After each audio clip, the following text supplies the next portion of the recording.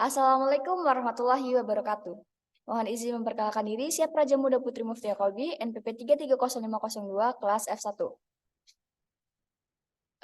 Saya di sini akan mempresentasikan tentang aplikasi pemerintahan di Kabupaten Lampung Tengah. Ada beberapa daftar layanan di Kabupaten Lampung Tengah. Yang pertama, jaringan dokumentasi dan informasi hukum.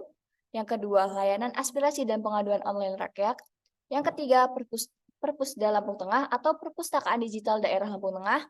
Yang keempat, Portal Pendidikan Lampung Tengah. Yang kelima, e-arsip. Yang keenam, layanan di Dukcapil. Yang ketujuh, Lampung Tengah dalam angka.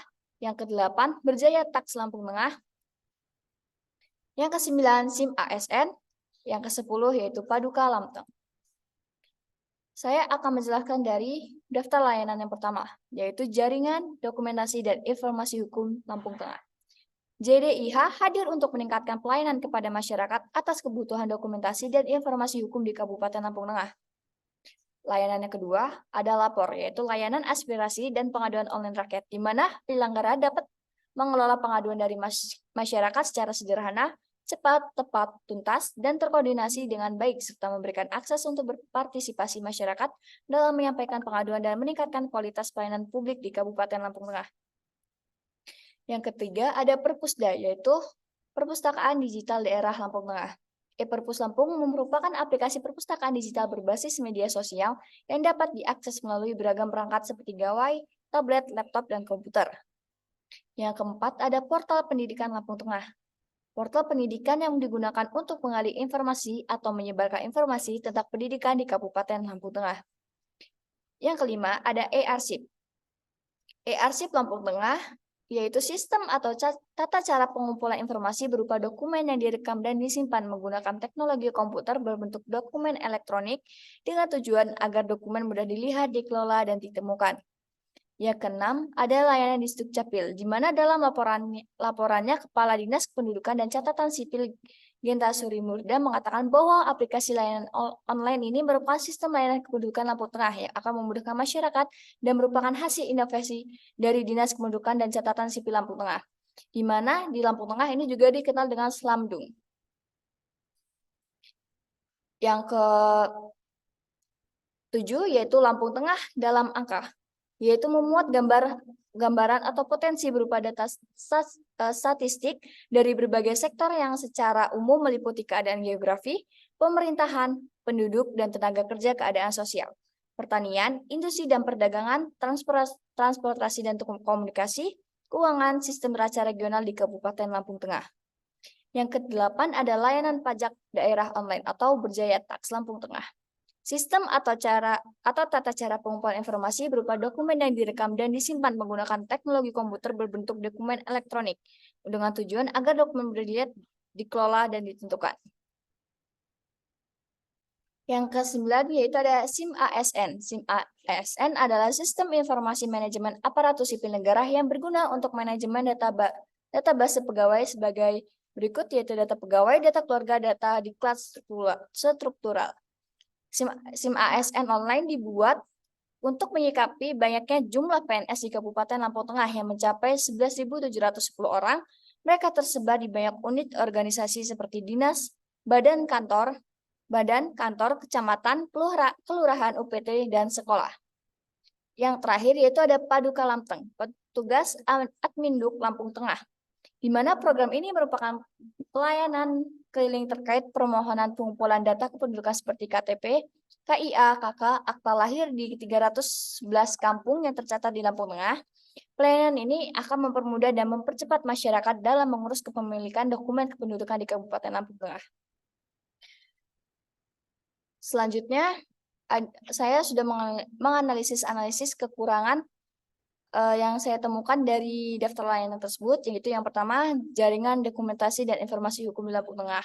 Beberapa kekurangan layanan jaringan ini, jaringan dokumentasi dan informasi hukum meliputi keterbatasan dalam akurasi informasi, potensi kurangnya keamanan data, serta tantangannya dalam menangani perubahan hukum yang cepat.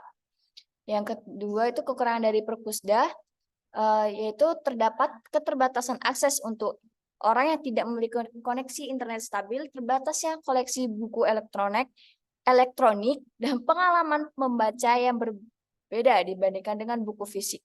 Selain itu, keamanan data dan privasi pengguna juga menjadi perhatian. Yang ketiga yaitu ada layanan aspirasi dan pengadaan online rakyat, di mana hal ini mempermudah partisipasi masyarakat dalam memberikan aspirasi dan masukan secara berani, meningkatkan transparansi dalam pengadaan barang atau jasa pemerintahan, serta memberikan akses yang lebih luas warga untuk terlibat dalam pengambilan keputusan pemerintah secara lebih demokratis. Yaitu selanjutnya ada portal pendidikan yang membuat terbatasnya interaksi langsung antara siswa dan guru, tantangan dalam memotivasi siswa secara online, dan ketergantungan pada teknologi yang menyulitkan akses bagi mereka yang tidak memiliki perangkat atau koneksi internet. Selain itu, perlunya kehati-hatian dalam pengelolaan data pribadi siswa agar tetap aman dan privasi juga menjadi kekhawatiran. Selanjutnya ada kekurangan dari SIM ASN, di mana termasuk terjadinya masalah teknis seperti gangguan sistem atau pemburuan yang dapat mempengaruhi ketersediaan layanan. Selain itu, aspek keamanan data juga perlu diperhatikan untuk mencegah potensi pelanggaran keamanan informasi. Selalu ada ruang untuk meningkatkan hal antarmuka penggunaan dan fungsionalitas agar dapat lebih efisien dan mudah digunakan oleh pengguna. Yang kedua yaitu kekurangan dari petugas admin duk, melibatkan keterbatasan dan penanganan volume permohonan yang tinggi, potensi kesalahan manusia, dan kurangnya interaksi personal dalam proses administrasi. Kekurangan dari arsip yaitu meliputi resiko keamanan data, tantangan dalam sistem integrasi, dan ketergantungan pada teknologi yang dapat menjadi usang. Selain itu, penerapan arsip memerlukan investasi awal yang cukup besar.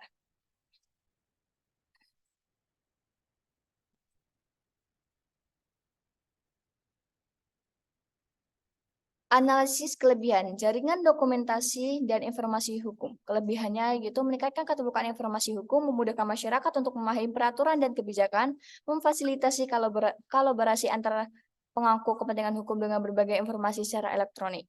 Yaitu kelebihan dari Perpusda, yaitu akses mudah ke lokasi buku secara online, mungkin pencarian cepat, dan memberikan kenyamanan bagi pengguna untuk membaca atau minjam buku tanpa harus datang ke perpustakaan fisik.